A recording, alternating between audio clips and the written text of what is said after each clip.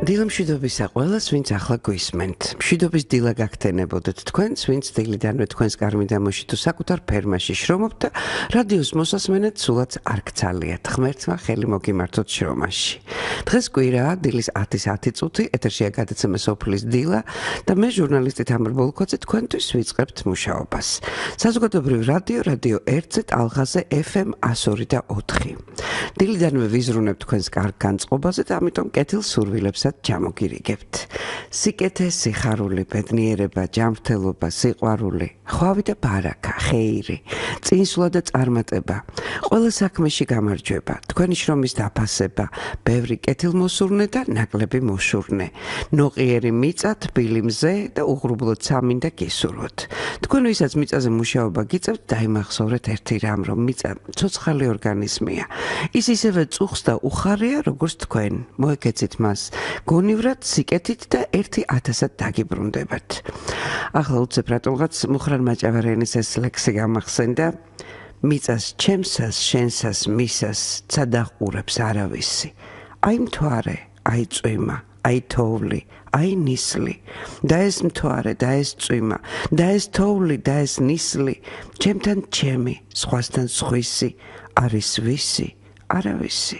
მიწას ჩემსას, შენსას, მისას ცადაყურებს არავისი. ისე გამახსენდა უბრალოდ ხმამაღალი ფიქრისა და გამგები, რომ გაიგებს იმ ამბავში. ხო, დღეს თქვენთან ურთიერთობა ლირიკით დავიწყე და ახლა საქმიან თემაზე გადავალ. დღეს ჩვენ ვისაუბრებთ სასურსათო უსაფრთხოების საკითხზე ჩატარებული კვლევების შესახებ. ამ საკითხზე პირდაპირ ეთერში ჩაგვერთვება ეკონომიკურ მეცნიერებათა დოქტორი პროფესორი ბატონი მიხეილ ჭიბუტი. მანამდე კი ვნახოთ და მოვისმინოთ ჩვენი ჟურნალისტის დემეტრე ერგემლიძის მიერ ამ თემაზე მომზადებული სიუჟეტი, რომელიც უკვე გავიდა, უბრალოდ დღეს გავა გადაცემა ფერმაში. სასურსათო და კვების უსაფრთხოება ბოლო პერიოდის ერთ-ერთი ყველაზე აქტუალური საკითხი გახდა, როგორც საქართველოში მოქმედი არასამთავრობო ორგანიზაციებისათვის, ისე გადაწყვეტილების მიმღები პირებისათვის. მას შემდეგ, რაც ოქსფამის საქართველოს წარმომადგენლობამ ამ საკითხებზე საქართველოსა და სომხეთში კვლევა ჩაატარა, აღმოჩნდა, რომ ჩვენი ქვეყანა სასურსათო და კვების უსაფრთხოების მიმართულებით პრობლემების წინაშე დგას. სურსათის უსაფრთხოება ეს არის ქვეყანაში სოციალური და ეკონომიკური ისეთი მდგომარეობა, როდესაც ყველა ადამიანს შეუძლია ნებისმიერ დროს ჯანმრთელობისათვის განსაზღვრული მინიმალური ნორმის ფარგლებში მიიღოს სურსათი ისე, რომ მან შეძლოს აქტიური ცხოვრება. ყველა ქვეყნისათვის, როგორც თავდაცვა, ასევე არის ჯანმრთელობა, კვება და ეს არის ის კონტექსტი, რომელიც ყველა ქვეყანას აქვს მუდმივად. ეს საკითხი დღეს განსაკუთრებით 2008 წლის მერე, როდესაც სურსათზე ფასები კატასტროფულად გაიზარდა, როდესაც ძალიან ბევრი დიდარი ქვეყანა, მათ შორის ნავთობის ქვეყნები დაფიქრდნენ, რომელთაც ძალიან დიდარი რესურსი აქვთ, მაგრამ სურსათის მეწარმეები არ არიან. შეიძლება დეფიციტი იქნას საერთაშორისო ბაზარზე. ამ საკითხის აქტუალურობა ბევრად უფრო მნიშვნელოვანი გახდა ისეთი პატარა და მცირემიწიანი ქვეყნისთვის, როგორც არის საქართველო. პრობლემის იდენტიფიცირების შედეგად აღმოჩნდა, რომ ქვეყანაში არ არსებობს პროდუქციის დეფიციტის შემაფერხებელი ბერკეტი. დასაქმებული მოსახლეობის 52% მუშაობს სოფლის მეურნეობაში, თუმცა მათი საშუალო შემოსავალი 32%-ით ნაკლებია, ვიდრე ქალაქად დასაქმებული ადამიანის. ქვეყანაში არსებული მეურნეობების 92% მცირეა, 70% არ აღემატება 1,2 ჰექტარს. სოფლად მცხოვრები მოსახლეობის 14% სისტემატიურად სესხულობს ფულს სურსათის საყიდლად, 32% კი პერიოდულად. საშუალოდ სოფლად მცხოვრები მოსახლეობის შემოსავლის 54% იხარჯება სურსათზე. ყველა ამ პრობლემიდან გამომდინარე, საქართველოში წარმოებული პროდუქტი არაკონკურენტუნარიანია იმპორტულ პროდუქტთან შედარებით. არსებობს სურსათით მომარაგების ხარვეზები, ქვეყანა დამოკიდებულია იმპორტზე, რაც პროდუქციის მაღალ ფასს განაპირობებს. პრობლემის გადასაჭრელად შემაფერხებელი ფაქტორია საკანონმდებლო ბაზისა და უწყებათა შორისი კოორდინაციის არარსებობაც. საქართველოში სასურსათო და კვების უსაფრთხოების სისტემა მდგრადი სახით ჯერ ჩამოყალიბებული არ არის. ის არის ფრაგმენტული სახით და არ არსებობს მისი შემკრელი ერთიანი სტრატეგია, ან ერთიანი საკანონმდებლო ბაზა. მინიმალური ნორმები სასურსათო უზრუნველყოფის, როგორც მთლიანად ქვეყნის, ისე მისი რეგიონების, ისე პიროვნების დონეზე ნორმატიულად განსაზღვრული არ არის. არათუ ეს, არამედ ზოგადად სასურსათო უსაფრთხოება როგორც ასეთი ცნება ჩვენთან, ჩვენი კანონმდებლობით ნორმატიულად ჯერჯერობით განსაზღვრული არ არის. ამიტომ ძალიან ხშირად ხდება ამ ცნების აღრევა. სხვადასხვა ქვეყნები ამას რა თქმა უნდა სხვადასხვანაირად წვითავენ, მაგრამ ესე ერთი ხელის მოსმით თუნდაც საკანონმდებლო ბაზის შესაბამის საკანონმდებლო ბაზის მომზადებით ეს პრობლემა ასე იოლად არ გადაწყდება, იმიტომ რომ შემდეგ მას სჭირდება განხორციელება. ოქსფამის საქართველოს წარმომადგენლობის ინიციატივით სასურსათო და კვების უსაფრთხოების პოლიტიკის თანამედროვე გამოწვევებთან დაკავშირებით კონფერენცია გაიმართა. მას ესწრებოდნენ როგორც სახელმწიფო უწყებების, ისე არასამთავრობო ორგანიზაციების წარმომადგენლებიც. შეხვედრაზე განიხილეს სასურსათო და კვების უსაფრთხოების კანონპროექტი, რომელზეც სპეციალისტებისაგან დაკომპლექტებული ჯგუფი 4 წლის განმავლობაში მუშაობდა. პროგრამა, რომლის ფარგლებშიც დოკუმენტი მომზადდა, ევროკავშირის მიერაა დაფინანსებული და მას ეროვნული სასურსათო უსაფრთხოების გაუმჯობესება და მცირე ფერმერების მხარდაჭერა სამხრეთ კავკასიაში ჰქვია. ეს არის სამუშაო დოკუმენტი და საინტერესოა იმ გაგებით, რომ ის ახდენს სწორედ იმ ბარიერების მოხსნის და უპირველესი ბარიერი ეს არის დარგობრივ სამინისტროებსა და უწყებებს შორის სასურსათო და კვების უსაფრთხოების საკითხების კოორდინაციის ხარჯების დაძლევას. რეკომენდაციები მრავალია, დაახლოებით 20 საბაზისო რეკომენდაცია არსებობს, მაგრამ ჩვენი კუთხით, რითაც ოქსვამი არის განსაკუთრებულად ცნობილი მსოფლიოში და დაინტერესებული, ეს არის სიღარიბის აღმოფხვრა სოფლად ადგილობრივი წარმოების ხარდაჭერის მეშვეობით მცირე გლეხობაზე დაყრდნობით, რომელიც არის სოფლად მოსახლეობის უმრავლესობა. სასურსათო უსაფრთხოება უნდა გახდეს ქვეყნის ზოგადად უსაფრთხოების დოქტრინის განუყოფელი ნაწილი. მეცნიერების, მეწარმეების და პოლიტიკოსების ერთობლივი მუშაობით დარწმუნებულია, რომ სწორი გზები იქნება დასახული, რათა სასურსათო უსაფრთხოების პრობლემა გადაჭრილი იქნას ქვეყანაში. საჯარო განხილვის პროცესის დასრულების შემდეგ კანონპროექტი პარლამენტს წარედგინება, რა გადაწყვეტილებას მიიღებენ კანონმდებლები, ამას მიმდინარე წლის ბოლომდე გავიგებთ. თქვენ უკვე ნახეთ და მოისმინეთ სიუჟეტი, ახლა კი ჩავთავთ ბატონ მიხეილ ჯიბუts. ბატონო მიხეილ, მოგესალმებით. დილა მშვიდობისა. დიდი მადლობა რომ გვერთვებით. დიახ, ბატონო მიხეილ, მოდით განვმარტოთ ჩვენს მსმენელს, რა არის სასურსათო და კვების უსაფრთხოება, იმიტომ რომ ხშირად ერევათ ხოლმე სურსათის უვნებლობაში ეს საკითხი. დიახ, მოგესალმებით, მოგესალმებით თქვენს მსმენელს. საქმე იმაშია, რომ აბსოლუტურად სწორი ვზანდებით, ხშირად სასურსათო და კვების უსაფრთხოება ჩვენთან გაგებულია როგორც კვების უვნებლობა. დაიყვანება მხოლოდ ელემენტი ან კვების პროდუქტების უვნებლობის საკითხი. სინამდვილეში ეს არის ძალიან რთული სისტემა, რომელიც ძალიან ასე ფრაგმენტულად თუ ვიტყვით, არის პირველი პროდუქტის არსებობა, ანუ ის უნდა იყოს საკმაოდ ოდენობით წარმოებული. შემდეგ ამ პროდუქტის არსებობის თანაფარდობა იმ ორ ნაწილის გაგებით, ერთი რასაც აწარმოებს ქვეყანა, რაც მას სჭირდება და რასაც აწარმოებს, ანუ თვითუზრუნველყოფის ზომა და მეორე რასაც ის შეიძენს. მაგრამ უკვე რასაც ის შეიძენს, ანუ იმპორტირებას ახდენს, აქ უკვე ჩართული არის უსაფრთხოების მეორე ელემენტი, რომ ქვეყანას უნდა ქონდეს დადებითი სალდო სავაჭრო, რომ ქონდეს ფული იმისათვის, რომ შეიძინოს ეს სურსათი. უნევრია ქვეყანა ყველაფერს არ აწარმოებს, მაგალითად არ აწარმოებს პირობითად ბანანს, ხომ? და ვერ აწარმოებს საკმარის ხორბალს. მან ეს უნდა შეიძინოს, მაგრამ ადეკვატურად მას უნდა ქონდეს ისეთი პროდუქტი, რომელსაც აწარმოებს და რომელიც გაყიდვის შედეგად ექნება ის ფული, რომ შეიძინოს ეს პროდუქტი და არ უნდა მოდიოდეს ეს ფული სხვა სექტორებიდან. შემდეგი კომპონენტი ეს არის თვითონ რისკები ამ მიწოდებასთან დაკავშირებით. იმიტომ შეიძლება იყო უდაბნოში, ქონდეს ერთი ტომარა ფული, მაგრამ ვერ იყიდო ერთი ჭიქა წყალი. ამიტომ შეიძლება დადგეს ისეთი რისკი, როდესაც შენ კი გაქვს ფული, ამიტომაც თვითუზრუნველყოფაზე ზრუნვა, რომ ქვეყანა შეეძლოს მისი სამყოფო. და ეს რისკებიც ალბათ გაცვლილი უნდა იყოს, ხო? მინიმიზება უნდა მოხდეს. ბოლო კომპონენტი არის, ყველაფერი შეიძლება შენ კონდეს საკვების კონდეს კიდევაც აწარმოო, მაგრამ არ იცოდე მისი მოხმარება, და მოიხმარდე არასწორად. ეს ყველაზე კარგად ჩანს, მაგალითად ასეთი მონაცემით, სოფლიოში 1 მილიარდი კაცი შიმშილობს, ხოლო 1 მილიარდი კაცი არასწორი კვების გამო არის ავად. სიცოცხლის და ასე შემდეგ სხვა მეთანმით. ანუ აქაც დარჩა მეორე მოხმარების საკითხი. ეს ერთი, როგორაა დაბალანსებული კვება, როგორაა ეს კომპონენტები ქვეყანაში მოსახლეობაში ერთი მხრივ და მეორე შეიძლება ესეც მოგვარებული კონდეს, მაგრამ არ კონდეს მოგვარებული ის გარემო, სადაც იკვებები.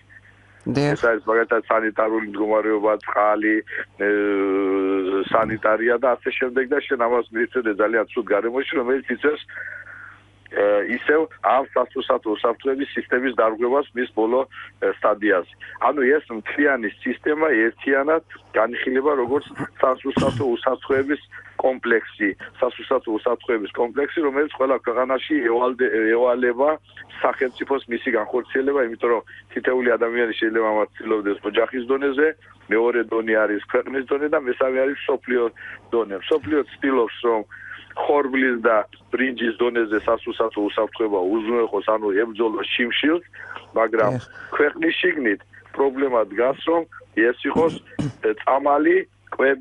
კვებით უზრუნველყოფა და ადამიანების არსებობის უზრუნველყოფა, ფიზიკური არსებობის უზრუნველყოფა. დღეისათვის ჩვენთან ასეთი სიტუაციაა საქართველოში, რომ ამ სისტემის ელემენტები არსებობს მიმოფანტული სხვადასხვა უწყებებში, მაგრამ მთლიანად ერთიანად სასურსათო უსაფრთხოების სისტემა, როგორც მექანიზმი ჩამოყალიბებული არ არის. ეს არის დაახლოებით რომ წარმოვიდგინოთ, რომ ფარეხში გაქვს შენ ავტომობილის ნაწილები მიმოფანტული, მაგრამ ავტომობილი არ აგავს ფაქტობრივად. კიდევაც გავს და არ გავს, იმიტომ რომ ეს მექანიზმი არ მუშაობს. ბატონო მიხეილ, ორგანიზაცია საერთაშორისო ორგანიზაცია ოქსფამთან ერთად თქვენ მუშაობდით კვლევაზე სასურსათო უსაფრთხოების საკითხებთან დაკავშირებით. რა გამოავლინა ამ კვლევამ? უპირველეს ყოვლისა, ეს ზოგადად მე თითქმის თქვი ზოგადი დასმა, რომ სასურსათო უსაფრთხოების სისტემა ზოგადი ჩვენ არ აგვაქვს. მეორე არის ისეთი დეტალები, რომლებიც ამის შიგნით არის უკვე ჩაშლილი. საქმე იმას, რომ ქვეყანაში მაგალითად უბრალოდ ჩამონათვალიც კი ნორმატიულ დონეზე, ანუ რა პროდუქტებია ის, რომელიც არის ჩვენთვის ბაზა სასურსათო უსაფრთხოების გაგებისათვის, ნორმატიულად ესეც არაა ჩამოყალიბებული. მაგალითად, ერთი უწყება სოფლის მეურნეობის სამინისტროს სტრატეგიაში ერთი ჩამონათვალი აქვს, სტატისტიკის დეპარტამენტს მეორე ჩამონათვალი აქვს. ანუ თვითონ მონაცემთა ბაზის შეკრებაში არის პრობლემა, ანუ ინფორმაციული ბაზა. მესამე არის ის, რომ რისკებთან დაკავშირებით, მაგალითად, მარაგების საკითხი, სასურსათო მარაგების საკითხი, მონიტორინგის საკითხი, ის ხორციელდება, მაგრამ ეს არ არის იმ სისტემაში აყვანილი, რომ ძალიან დიდი რისკის შემთხვევაში პირობითად ეს დაუშვათ ისეთი რაღაცა კატასტროფების დროს ან სხვა სიტუაციაში თუ როგორ უნდა იმოქმედოს სისტემამ გაწერილია ზედა დონეზე პრინციპები, მაგრამ მასში მექანიზმი არ დევს. და შემდეგ დადგინდა ისეთი რამ, რომ საქართველოში ძალიან რთული და ცუდი მდგომარეობა გვაქვს თვითუზრუნველყოფის თვალსაზრისით, ფაქტობრივად კარტოფილის თან დაკავშირებით ვართ მიახლოებული და სიმინდთან დაკავშირებით თვითუზრუნველყოფით, ხოლო ხორბალთან დაკავშირებით ეს არის 8%. ეხლა ბოლო წელს მაჩვენებელი გაიზარდა, 15-16%-ს ამბობენ, მაგრამ ეს გამოწვეულია იმით, რომ ბოლო სტატისტიკური მონაცემებით მოსახლეობის რაოდენობა 700,000-ით ნაკლებია და თუ ასე მოსახლეობა შემცირდება და დარჩება ერთი ფაში, შეიძლება ჩვენ მივიღოთ 500% თვითუზრუნველყოფა. გასაგებია. ბატონო მიხეილ, სატელეფონო ზარი გვაქვს. და ბოდიშით ერთი პრობლემა ეს არის რეგიონული დონეზე ინფორმაციის არარსებობა და საქართველოში 7-8-9%-ის დონეზე შიმშილის ესე არასაკმარისი კალორიების მიღების ფაქტების დადგენა, როგორც გამოკითხვით, ისევე გამოკვლევების შედეგად. ეს ალბათ უფრო ეხება მაღალმთიან რეგიონებს, ხო? სურსათზე ხელმისაწვდომობა იქ პრობლემას არა მარტო ამაშია მთელი ეს საქმე, არა მარტო, იმიტომ რომ ეს არის მთლიანი მონაცემი საქართველოს მოსახლეობასთან დაკავშირებით და მთაში კიდევ უფრო სხვა პრობლემებია, იქ უკვე ჩვენ რო ჩამოვთვალეთ სასურსათო უსაფრთხოების სისტემები, იქ არის მიწოდების პრობლემა, ხელმისაწვდომობის პრობლემა, რომელიც რთულდება დაუშვათ სეზონური სეზონის მიხედვით. პროცესების მიხედვით. ჩვენ სატელეფონო ზარი გვაქვს, მსმენელი გვიკავშირდება, გისმენთ? გამარჯობათ, მოგესალმებით. მოგესალმებით. ერთ ასეთ საკითხზე მინდა ბატონი მიხეილის ყურადღება მივაყრო. ძალიან დავიწყებული ჩაი საქართველოში. ეს უსაფრთხოების სურსათის უსაფრთხოების ბაზაში მაინც თუ იყო მოფიქრებული როდისმე და იმიტომ რომ ეროვნული შემოსავლის 1/13 იძლეოდა თავის დროზე იცის ბატონმა მიხეილმა ალბათ ეს და კარგით გასაგებია დღეს შემოგვაქვს ჩაი ჩვენ იმპორტული ჩაი რომელიც არც უვნებელიც არ არის რა აზრის არის საქართველოში ეს რო იყო რატო გავაჩანაგეთ თუნდაც იმ დონეზე რომ საქართველოში მაინც მოგვეხმარა ის ეხლა მიდის ჩაის რეაბილიტაცია ნატურალური ჩაი რაღაცები ხდება ახლა ჩაის რეაბილიტაცია დაწყებულია უკვე რამდენიმე წელიწადია მაგრამ მოდით რატო გავაჩანაგეთ თავის დროზე ბატონ მიხეილს მოусმინოთ ძალიან კარგი შეკითხვა მე ამიტომ თქვი რომ უნდა იყოს ეს ჩამონათვალი ამ პროდუქტა ჩამონათვალი რომელიც არის საბაზო სასუსათო უსაფრთხოების თვალსაზრისით თუმცა ამავე დროს იმ კომპონენტში სადაც ქვეყანას არ შეუძლია დაუშვათ უზრუნველყოს თავისი თავი რომელიმე პროდუქტით ну ამ შემთხვევაში ჩვენ გვაქვს ხორბლის ძალიან დიდი გარღვევა და ну მეცნიერების თვალსაზრისით მეცნიერების ანალიზით ჩვენ შეგვიძლია ხორბლის თვითუზრუნველყოფაზე მე გავიდეთ სადღაც 40-50 ეს ძალიან ოპტიმისტური პროგნოზია დანარჩენი უნდა შევავსოთ რითი და უნდა შევავსოთ ისეთი პროდუქციის რომელსაც შენ აწარმოებ და სადაც შენ გაქვს კონკურენტული უპირატესობა მაგალითად რადგან ჩვენ ვართ მართალია ყველაზე ჩრდილოეთის გავრცელების ჩაია ჩვენთან თუმცა შეიძლება ამ კულტურის გამოყენება როგორც საექსპორტო პროდუქციის ჩაის პროდუქცია ცოტა ჩვენ ჩაის მისი თვისებები განსხვავდება დაუშვათ ცეილონის და ინდური ჩაისაგან და ვინც ახლა ახსოვთ ქართულ ჩაიში ინდურ და ცეილონის ჩაის ცოტა შენარევით კუბაჟი კეთდებოდა და საბჭოთა კავშირის 90% 80% ვაკმაყოფილებდი დღეს აქ ძალიან ცული მდგომარეობაა თქვენ ბრძანეთ ჩაის რეაბილიტაციის პროგრამასთან დაკავშირებით ეს უფრო განწყობაა ვიდრე პროგრამა იმიტომ რომ 3 მილიონი ლარამდეა ის რომელიც არაფრით არ შველის ამ დარგის არც აღდგენას არც რეაბილიტაციას იმპლანტაციებს ეს არის კარგი სწორი განწყობა და მე ვეთანხმები ქალბატონს იმაში რომ აბსოლუტურად ჩვენ 10-15 მილიონი დოლარის შემოგვაქვს საღებავი ჩაის ნაცვლად და ჩვენ გვაქვს ისეთი დიდი მოხმარების ერთეულები როგორიც არის ჯარი პენიტენციალური სისტემა და თვითონ მოსახლეობა და შესაძლებელი იქნებოდა ფოკუსირება ჩაის პროდუქტზე თუმცა საბაზო პროდუქტის ჩამონათვალში დაუშვათ იქ სადაც არის ხორცი, ცხიმი, ხორბალი და ასე შემდეგ ეს არის ჩამონათვალი გასარკვევი როგორც სამიზნე, ხოლო ჩაის პროდუქცია გასარკვევია როგორც ერთი პროდუქტი ჩამონათვალში და ასევე როგორც პოტენციალი იმისა რომ მან მოქცეს შენ შემოსავალი, რადგან ამ შემოსავალის გადაფარო შემდეგ იქ სადაც გაქვს დეფიციტი.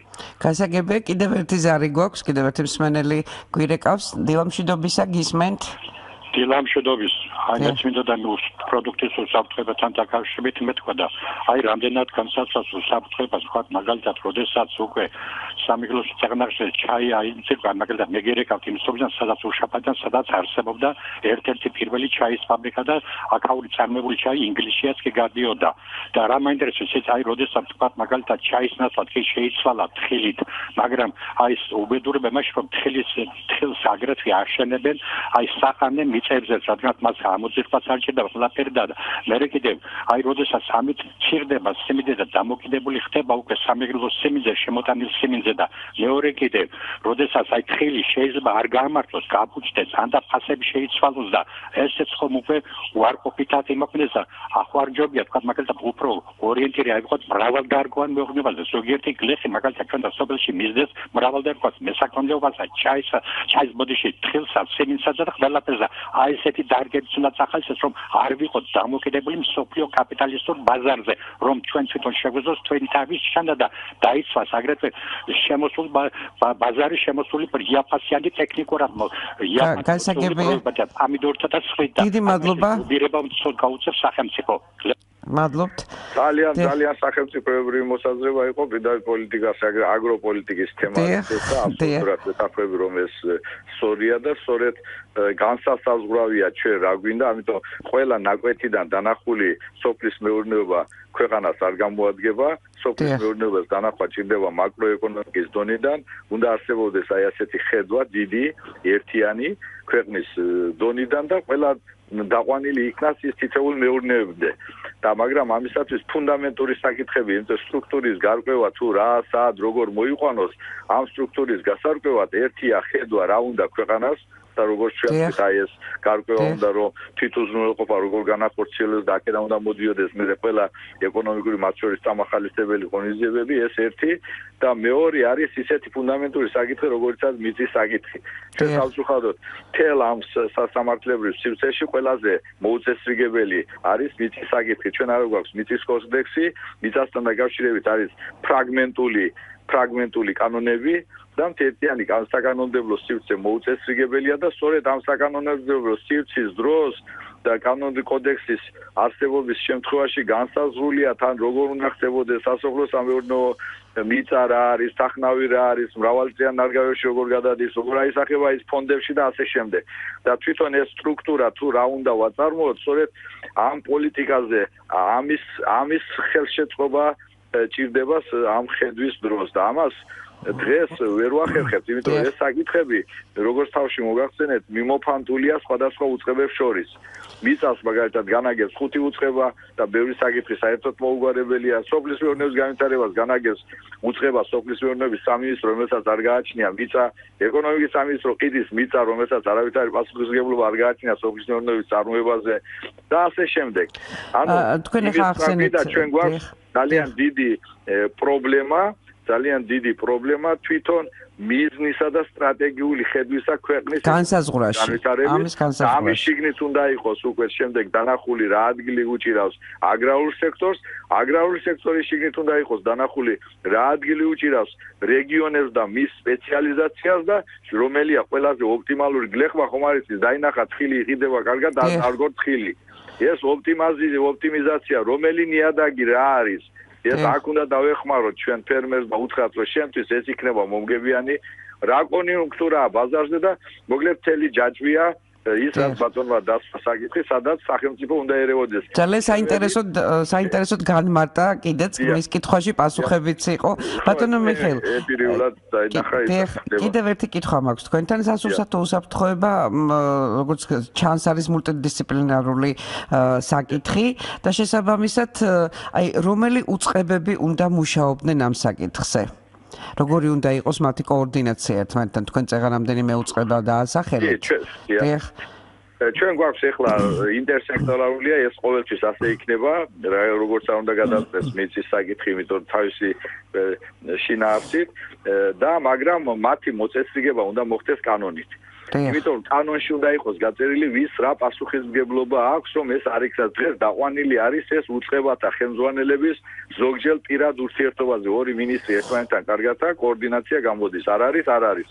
რა არის ეს სამინისტროები? მე პირველ რიგში ეს არის სოფლის მეურნეობის სამინისტრო, სოფლის მეურნეობის პროდუქტის წარმოებაში. შემდეგ ეკონომიკის და სხვა ეკონომიკური ფინანსთა სამინისტრო და ასე შემდეგ ხელმისაწვდომობაში, ანუ ეს ეხება სიღარიბეს შემოსავალს, მეურნეობათა შემოსავალს და ასე შემდეგ. შემდეგი საკითხი ეს არის უკვე ჯანმრთელობის დაცვის სამინისტრო კვების პოლიტიკასთან დაკავშირებით. ჩვენ დღეს 60% სტრუქტურაში არის პური. ანუ კალორიებს ადამიანები იღებენ, მაგრამ მისი ბალანსი არ არის შესაბამისი და რაც მე პურის ხარისზე ეს კიდევ ცალკე თემაა, თუმცა ეს კალორიებს მარტო კალორიით მიმართული კვება ეს არის დამანგრეველი ჯანმრთელობისათვის და ამიტომ ჩვენ ბევრს ლაპარაკობთ კურნალობაზე, ჯანმრთელობაზე, მაგრამ კურნალობა კვებით ანუ ჯანმრთელობა კვებით ჩვენთან არის სწორედ სასურსათო პოლიტიკის და კვების პოლიტიკის ნაწილი ჯანმრთელობის სამინისტრო. სხვათა შორის არის კაცრავად პატარა რეპლიკას გავაკეთებ, არის ესეთი გამოთქვა, რომ მე ის ვარ, რითაც ვიკვებები. ხო, მაგრამ ხოდი ასე ჩვენ ჭამთ იმას, რასაც გვაჭმევენ. ხო და ნამდვილად უნდა ვჭამოთ ის, რაც სასარგებლოა ჩვენთვის და ეს უნდა იყოს თავარი მომენტი. და კიდევ ერთი, აქ არ ვთავრდება. აქ არის ძალიან მნიშვნელოვანი, ახლა ჩვენ გვაქვს ბევრჯერ ესეთი ძალიან ფატალური საშინელი შემთხვევები ბავშვთა სიკვდილიანობაში, ხო? და ის არ არის ისე რომ იმ ოჯახმა დაუშვათ იმ შემთხვევაში ვერ განსაზღვრა და იმდენი საკვები ვერ იშოვა რომ ბავშვი კვებოს. იქ ძალიან ბევრჯერ როგორც გინდება არის ცოდნის საკითხი, არის ის დედამ როგორ კვებოს. ადგა და მას მიაჩნია საუკეთესო საჭმელი რაც არის დაუშვათ ჭვადი და აჭამა ბავშვს.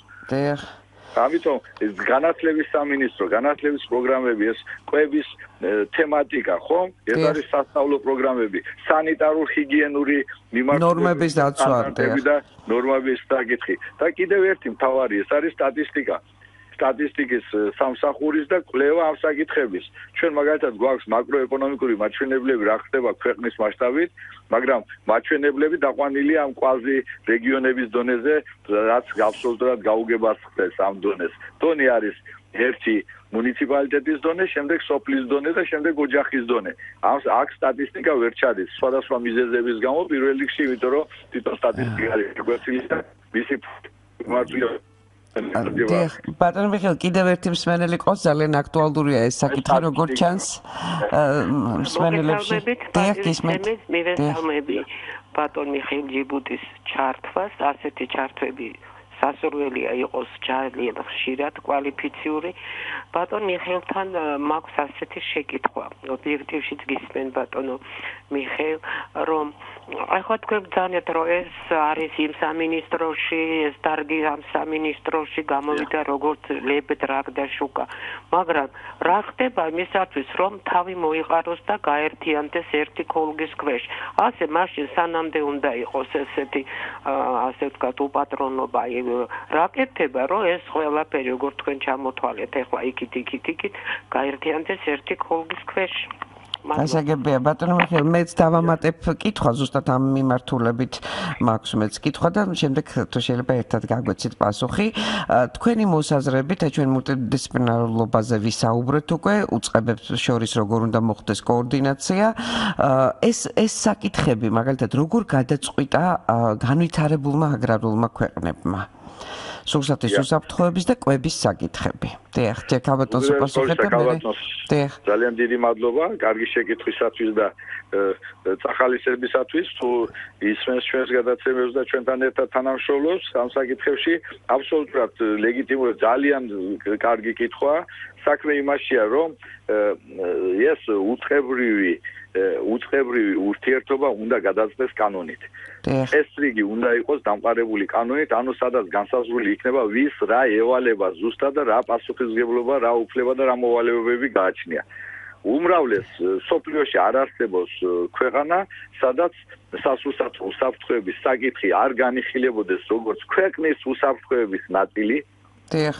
ეს ისეთივია, ახლა შენი მთავარი მიზანი არის ადამიანის არსებობა, ხო, სიცოცხლეზეა საუბარი. ერთი შენ თავდაცვას თუ განიხილავ, იმიტომ რომ ადამიანები შენ და ტერიტორია არ დაგართვას, ვინმე და ადამიანები სიცოცხლე შეინარჩუნო და მეორე ამის შემადგენელი კომპონენტია, რომ ადამიანი თუ შიმშილით მოგიბდა, ან და ცუდი კვებით მოგიბდა, იგივეა, ხო, ომზევადესია. ამიტომ სახელმწიფო უსაფრთხოების კონცეფციის ნაწილი უნდა იყოს. სამწუხაროდ საქართველოს უშიშროების სამსახურის და მის დოკუმენტებში და საქართველოს უსაფრთხოების კონცეფციაში სასურსათო უსაფრთხოება სიტყვაც კი არ არის გამოყენებული. ამიტომ პირველი რასაც ვფიქრობთ, ეს არის კანონით უნდა იყოს დადგენილი. ყველა ქვეყანაში ვამბობდი, ყველა ქვეყანაში ეს საკითხი დადგენილი არის უმაღლესი ნორმატიული აქტით, ან კანონით, ან პროგრამით, ან სტრატეგიით. ასეთი თემები.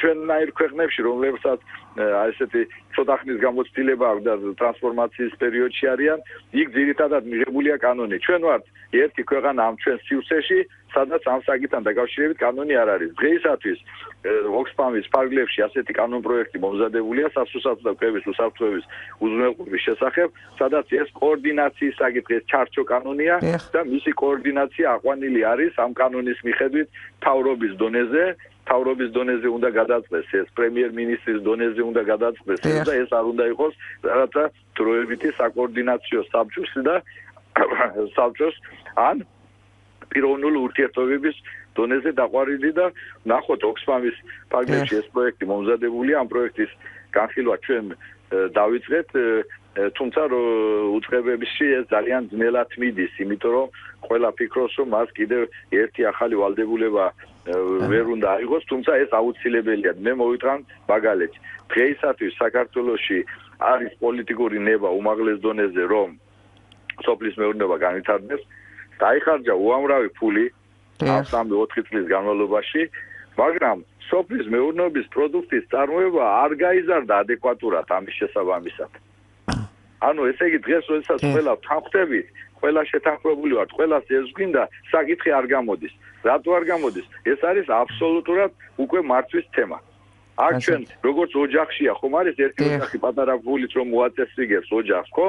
და მეორე დიდ ფლანგავს და უაზროდ სადღაც იქეთ-აქეთ ხვის. რა თქმა უნდა, დიდ ფულს თუ მილიარდი ლარი ჩვენ მარტო ვერ ფრენდა რო გადმოგვეყარა ის რაღაცა გავლენას მოახდენს ეკონომიკაზე, მაგრამ არ აღწევს მიზანს, რატომ მიზანი არ არის. მაგალითად ხნის პროგრამის მიზანი რა იყო? არავინ არ იცის, ხნის პროგრამის მიზანი იყო მოგვეხსნა მეტი მიწა. სინამდვილეში ხნის პროგრამის მიზანი უნდა ყოფილიყო რომ აი სასურსათო უსაფრთხოების კომპონენტი, მაგალითად კარტოფილი, ან სტაფილო, ან ნიორი, ახლა შეიძლება გადავწყვიტოთ ნიორის პროგრამა საქართველოში, რომ საქართველოს კონდეს მისი საკმარისი ნიორი. თუ ასეთი მიზანი ექნება, შენ უკვე ინდიკატორი გაქვს და ის ადამიანი, ვინც ამას ხელმძღვანელობს და ადამიანებმა იციან ეს სტიმულირება, როგორ გააკეთო ეს მთლიანად, ეს როგორ მიაღწიო ამას, ასეთ შემთხვევაში შენ მიიღებ დღეს გადაწყვეტ ნიორი, სტაფილო, ხახვი, ეს ისეთი ჩამონაცვალია, რომელსაც ჩვენ ყველაფერს ვყიდულობთ, აი ქალბატონი ჩაიზე ვძანებდა. ჩაიზე და უამრავი პროდუქტი, რომლის გადაწყვეტა სიმინდე სხვადასხვა იმ თხილის ისეთი შეტევა სიმინდის ხანებისადმი, ეს კიდევ ცალკე თემაა, იმიტომ რომ აბსოლუტურად სხვადასხვა დანიშნულების და სხვადასხვა მიმართულების პროდუქცია ეს. სიმინდს ბევრი მეცხოველეობაშიც იყენებს და მეფრინველეობაშიც და ამიტომ ცოტა უფრო ფართო დანიშნულების არის სიმინდი საქართველოში მოხმარების თვალსაზრისით. დიახ, სოფლის მეურნეობის წარმოების და განვითარება არის სტიმული შემდეგ გადამამუშავებელი მრეწველობის და საერთოდ ეკონომიკის ბიზგი. მაგრამ როგორც თქვენს კითხვას პასუხობ, ყველა ქვეყანაში ეს მოწესრიგებულია მრავალი მაღალი დონის ნორმატიული აქტით, ან კანონით, ან პროექტით, ან პროგრამით და ჩვენთანაც ის უნდა იყოს კანონით მოწესრიგებული, ამით პასუხობ მე ქალბატონს და ვამბობ რომ ეს კანონ პროექტი გაკეთებულია, ჩარჩო პროექტი გაკეთებულია და კანონი არის მისაღები და აი პოლიტიკურმა ელიტამ უნდა გადაწყვეტოს რომ უნდა გაიაზროს ეს ასე გადაწყდება და ვერ გადაწყდება ის წელიწადში ერთ პროდუქტზე მიღებული რეგლამენტით სუპერმარკეტში არის 20,000 პროდუქტი და ჩვენ რამოდენიმეზე გვაქვს ჯერ მარტო რეგლამენტი და თქვენ ნახეთ რა ხდება დაუშვათ კარაკსთან რომ მიხვალთ დღეს კარაკი აღარ აწერია ხო რომ არ აწერია კარაკი მაგრამ 20 წელი ხო ჭამდით იმაში როგორც კარაკს სპრედი აწერია ახლა ხო 20 წელი ხო ჭამდით და აღარ ავსკი რასაც გვაჭმევდნენ იმას ჭამთ 20 წელიწადია და 20 წელიწადია ჩვენ ხო დავაადდით იმის რომელშიც იყო სხვა ცხიმები იყო რომელშიც იყო პალმის ზეთი და ასე შემდეგ პალმის ზეთთან დაკავშირებით არაფერს არ გეუბნები ასევე პურთან დაკავშირებით რო ჭამთ პურს რომელიც ჩვენ არ გვარგებს ხო დაავადებას იწვევს ეს მაგრამ რატომ არა არის პურის კონტროლი და რამდენი გადაცემაც გავაკეთე რომ წარწერა საფუარის გარეშე არის დანაშაული ესე კაცი ამბობს რომ მე შენ გატყვილებ და აწერს ხელს და სახელმწიფო ჩვენ რა ვთქვათ ჩვენ ხო პურში ვიხდით ფულს პენსიონერი რომ აძლევს პენსიას რომ აძლევს სახელმწიფო ყოველი ლარიდან 20 ცენტი პურის გადახდების დროს იქ ყოველი ლარიდან 20 ცენტი არის ის ბიუჯეტის ფული რომელზეც სახელმწიფო ხელფასი იღებს და პრემიებს პენსიონერის მინდა 100 ლარი და 20 ლარი არის ის რომელსაც ჩვენ პენსიონერს აქვს ისე უკან ბიუჯეტში პურს რო ყიდულოს და მას ხომ შენ ფასს სხვას არ უწესებს საბაზრო ფასია შეამოწმე მიმწოდებელი ხო მეც არაფერს არ ვთხოვ და აქ მე მგონი უნდა იყოს აბსოლუტურად კონსენსუსი ეს არ არის არც პარტიული არც იდეოლოგიური ჩვენ გვინდა პური რომელიც არ კლავს რომელიც არ არის მავნებელი მაგრამ ეხლა გვეუბნებიან პური არ კლავს კი ბატონო არ კლავს მაგრამ არ სასარგებლოა იმიტომ პური 70%-ია რომელიც ჩემთვის არ არის სასარგებლო და პური არის უნდა იყოს უპირველესი მოხმარების საგანია თან პროდუქტი ელემენტები და მათ შორის არის ფორტიფიცირება და მაშინ უნდა იყოს შეტანილი დამატებითი ელემენტები როგორც იოდი შეგვაქვს მარილში და ასე შემდეგ რომ ადამიანებმა ის მოიხმარონ და ის ენერგია აღიდგინონ რაც ჭირდება სიცოცხლის უნარიანობას ბატონო მიხეილ თქვენთან საუბარი იმდენად საინტერესოა რომ ერთ გადაცემაში და 15 წუთში ამისი ამოწურვა თითქმის წარმოუდგენელია მე გაუცილებლად კიდევ ერთხელ მოგიწევთ ჩვენ სტუდიაში იმიტომ რომ ძალიან მნიშვნელოვანი საკითხია ძალიან დიდია ჩვენი როგორც რადიო მსმენელის ასევე ტელემაყურებლის ინტერესი ამ თემისადმი და დიდი სიამოვნებით თუ კიდევ ერთხელ გვესტუმრებით იქნება ძალიან კარგი უღრმესი მადლობა ესეთი ამომწურავი საუბრისთვის და რომ გვერთვებოდით ამ დილით კვირას დილით მოიცალეთ ჩვენთვის დიდი მადლობა ჩვენს რადიო მსმენელებს კი შევახსენებთ, რომ ჩვენ საუბრობდით სასოფლო უსაფრთხოების საკითხებზე და სატელეფონო ზარით პირდაპირ ეთერში გვერდებოდა ბატონი მიხეილ ჯიბუტი, ეკონომიკურ მეცნიერებათა დოქტორი, პროფესორი.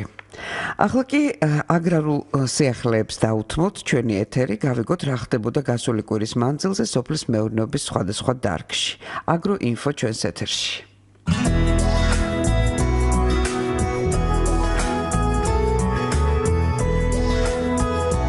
Agroinfo. თბილისში ჩაის ფესტივალი ტარდება, ჩაის მოყვარულებს თაწმინდის პარკში დღეს დილიდან ელოდებიან. ფესტივალზე წარმოდგენილი იქნება წამყვანი ქართული და საერთაშორისო ჩაის მწარმოებელი კომპანიები. ღონისძიებაზე მისულ სტუმრებს იმ ქვეყნის ჩაის დაგემოვნების საშუალება ექნებათ, რომლებსაც ამ სასმელის დამზადების უდიდესი კულტურა გააჩნიათ. პარკში მოეწყობა ჩინეთის, შრი-ლანკას, იაპონიის, ინდოეთის, დიდი ბრიტანეთის და სხვა ქვეყნების კუთხეებიც. ჩაის გარდა ფესტივალის სტუმრებს თაფლისა და ნუგბარის დეგუსტაციის საშუალებაც ექნებათ. ღონისძიება თაწმინდის პარკისა და ჩაის მწარმოებელთა ასოციაციის ორგანიზებით ტარდება. როგორც ორგანიზატორები ამბობენ, გარდა ჩამოთვლილი ღონისძიებებისა, ჩაის ფესტივალის ფარგლებში კონცერტის გამართვაც იგეგმება, ასევე მოეწყობა კერამიკის კუთხეც. აზერბაიჯანში საქართველოს მეაბრუშევნების დარგის განვითარებაზე იმსჯელეს. ქალაქ შექში მეაბრუშევნების საერთაშორისო ასოციაციის რიგით მერვე კონფერენცია გაიმართა, სადაც ეს საკითხი იყო განხილული. კონფერენციაში მონაწილეობა სოფლის მეურნეობის სამინისტროს სამეცნიერო კვლევითი ცენტრის წარმომადგენლებმა მიიღეს. ყურადღება მეაბრეშუმეობის დარგის განვითარებისათვის საქართველოში არსებულ ინოვაციურ ტექნოლოგიებზე გამახვილდა. მეაბრეშუმეობის საერთაშორისო ასოციაციის რიგით მერვე კონფერენციის ფარგლებში აბრეშუმის ხელნაკეთი ნაწარმის გამოფენაც მოეწყო. მონაწილეებმა ქალაქ შექის მეაბრეშუმეობის აბრეშუმის პარკ-სახოები ფაბრიკა დაათვალიერეს, რომელშიც ძველ დაზგადანადგარებთან, საქსოვ სამღებრო და საჭითა მოწყობილობებთან ერთად თანამედროვე ძაფსახოები მანქანებია გათავსებული. კონფერენციაში მონაწილეობას 20-მდე ქვეყნის წარმომადგენლები იღებდნენ, მათ შორის ბულგარეთის, რუმინეთის, ჩინეთის, კუბის და სხვა ქვეყნების მეაბრეშუმეები. იაპონიის დედაქალაქ ტოკიოში საერთაშორისო გამოფენა გაიმართა, სადაც ღვინის ეროვნული სააგენტოს ორგანიზებით და იაპონიაში საქართველოს საელჩოს მხარდაჭერით 14 ქართული ღვინის კომპანია იყო წარმოდგენილი. გამოფენის ფარგლებში სპეციალური ღონისძიება, სემინარი, დეგუსტაცია, საქართველოს 8000 რთველი გაიმართა, რომელსაც ღვინის ეროვნული სააგენტოს მარკეტინგისა და საზოგადოებასთან ურთიერთობის დეპარტამენტის უფროსი ირაკლი ჩოლობარგია უძღვებოდა. სემინარის მიმართ ღვინის პროფესიონალების და ადგილობრივი მედიის მხრიდან ინტერესი დიდი იყო, მასზე დასასწრებად ცნობილი სომელიეები და ღვინის პროფესიონალები იაპონიის სხვადასხვა პრეფექტურებიდან იყვნენ ჩამოსულები. გამოფენას საქართველოს საგანგებო და სრულუფლებიანი ელჩი იაპონიაში ლევან ცერცვაძე დაესწრო. ელჩი იმედოვნებს, რომ მსგავს ღონისძიებებში მონაწილეობა ხელს შეუწყობს ქართული ღვინის იმპორტის ზრდას იაპონიაში. 2017 წელს აღნიშნულ გამოფენას 75,000-ზე მეტი ვიზიტორი ესტუმრა. ის ერთ-ერთ ყველაზე მნიშვნელოვანი გამოფენად ითვლება აზიის მასშტაბით. ახლა კი ჩემო ძირფასო ასეთი იყო აგრარული ინფორმაცია. ახლა კი მინდა უკვე სასარგებლო რჩევებიც მოგაწოდოთ. ჩვენ დღეს საუბრობდით სურსათის უსაფრთხოებაში, რომელშიც შედის ჯანსაღი კვებაც, მასალენ დიდი ადგილი უკავია სასურსათო უსაფრთხოების ერთ-ერთ მნიშვნელოვან მიმართულებას წარმოადგენს და დღეს მოგაწოდით სწორედ 7 რჩევას ჯანსაღ კვებაზე. სასარგებლო რჩევა. სასარგებლო რჩევები.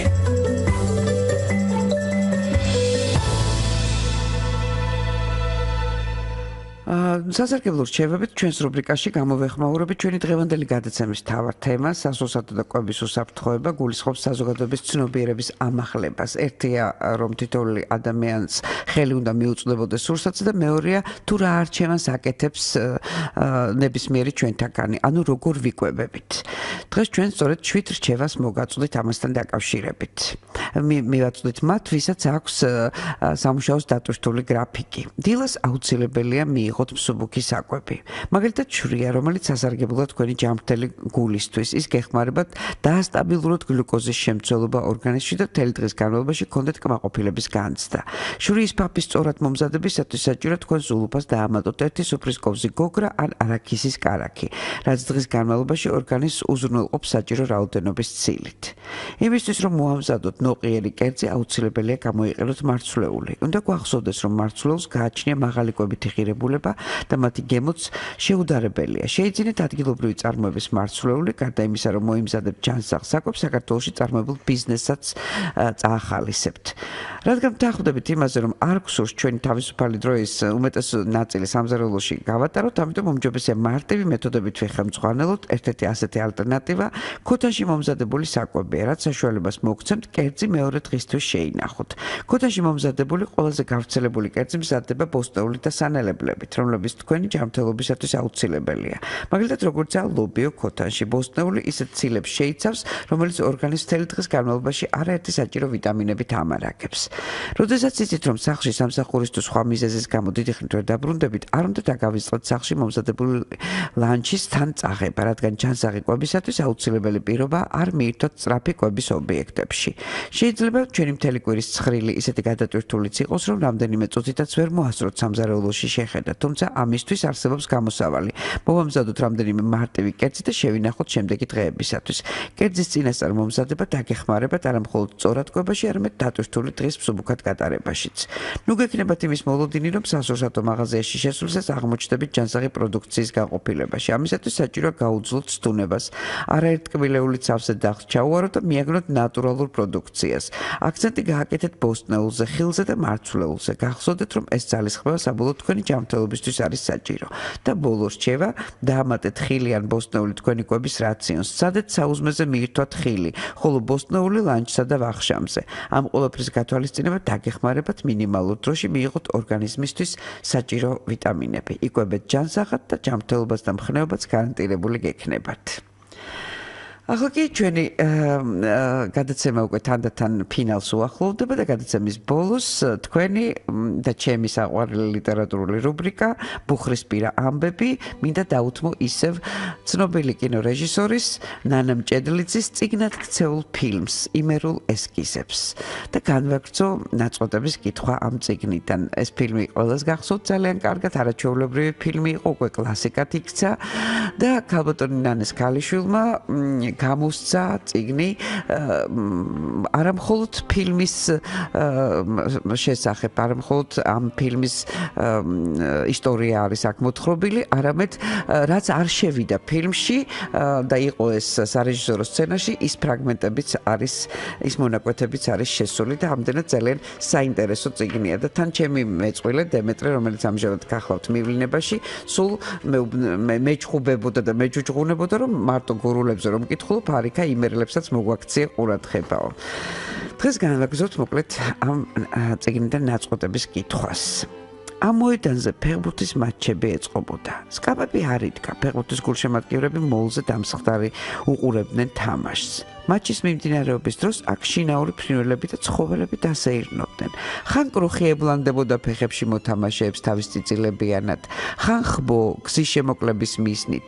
გადმოკვეთდა სტადიონს, ძაღლებს ხომ ვერასგზით ვერ მოიშორებდი. მათ როგორც ეტყობა ძალიან იტაცებდა ფეხბურთი, განსაკუთრებით თავდასხმაში უყვარდათ ყოფნა. რომელიმე ფორვარდი როგორც კი გაიგდებდა წინ ბურთს, ფანჯიკიას ძაღლი ფეხდაფეხა ედევნებოდა და ფეხებში ებორკებოდა თავდამსხმელს. გადაგიშენდა პატრონიო იძახდნენ ხან მოთამაშეები და ხან მაყურებელი, მაგრამ ფანჯიკიას ძაღლს ვერანაირი საშუალებით ვერ მოიშორებდი თავიდან. თვითონ ფანჯიკია, რომელიც მაყურებელში ერია, ყველაზე მეტად იყო აღშფოთებული თავისი ძაღლის უსაქციელობით. ფანჯიკია, მოუარე ბიჭო, შენ ძაღლს ყვირო და ხალხი. ფანჯიკია ცხებთან ერთად კენჭების სროლით დასდედა თავის ძაღლს და მოგიყდა, მომგონიო უყვიროდა. ძაღლს გადადენიდნენ და ახლა ბატები იყო გასარეკი სტადიონიდან. ხალხი ქვებს ესროდა დაუპატიჟებელ სტუმრებს. ბატები არ იცოდნენ რაში იყო. ბატებმა არ იცოდნენ რაში იყო საქმე. ფრთების ფრატუნით მთელ მინდორს მოედებოდნენ. იქაურობა სულ ბურტყლით აავსებდნენ და შემდეგ როიცახა ძლივს მოახერხებდნენ ერთად შეკუჩებას და აყანით გაუდგებოდნენ გზას.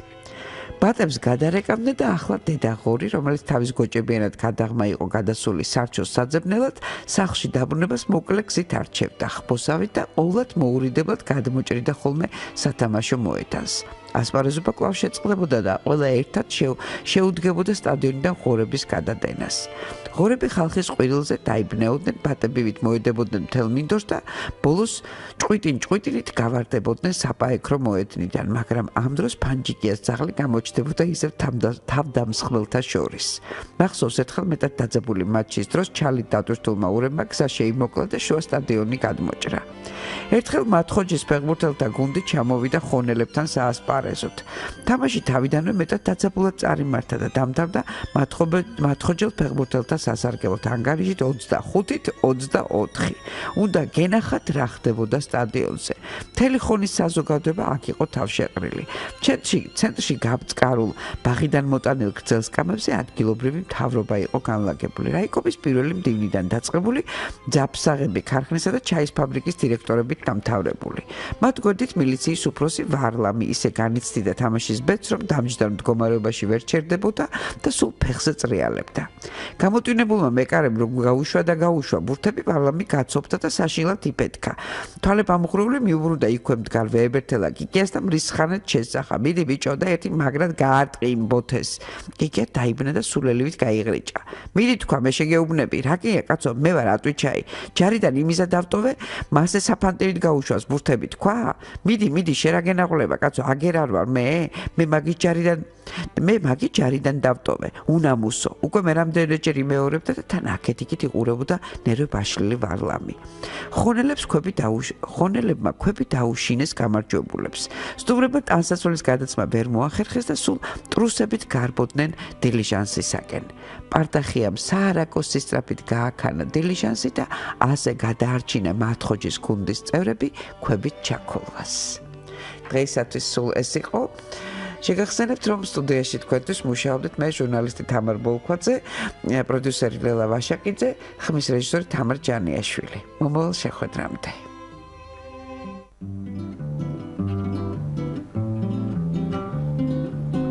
სავარდო და სამაისო სიმღერა და ხალისია ეს ხომ ჩემი ძველი და ძველი ნანადრი ქუთაისია გულის კარებზე გაგიღებს სამოთხეში წაგიღებს სიღავარულის ეშყიდელა მძღოლი ჩაგიგრავს და ჩაგეხმება დაგლოცავს და გეფერება ნათესავად გამხანარი ჩაგიგრავს და ჩაგეხმება დაგლოცავს და გეფერება ნათესავად გამხანარი ხალხი ასე ბედნიერი თბილი გული დრომალერია სიყვარული დემოუთემელა და გედის თუმარს მოერია გულის კარებზე გაგიღებს სამოთხეში წაგიღებს სიღავარულის ეშყიდელა მძღოლი ჩაგიგრავს და ჩაგეხმება დაგლოცავს და გეფერება ნათესავად გამხანარი სავარდო და სამაისო სიმღერა და ხალისია ეს ხომ ჩემი ძველი და ძველი ნანადრი ქუთაისია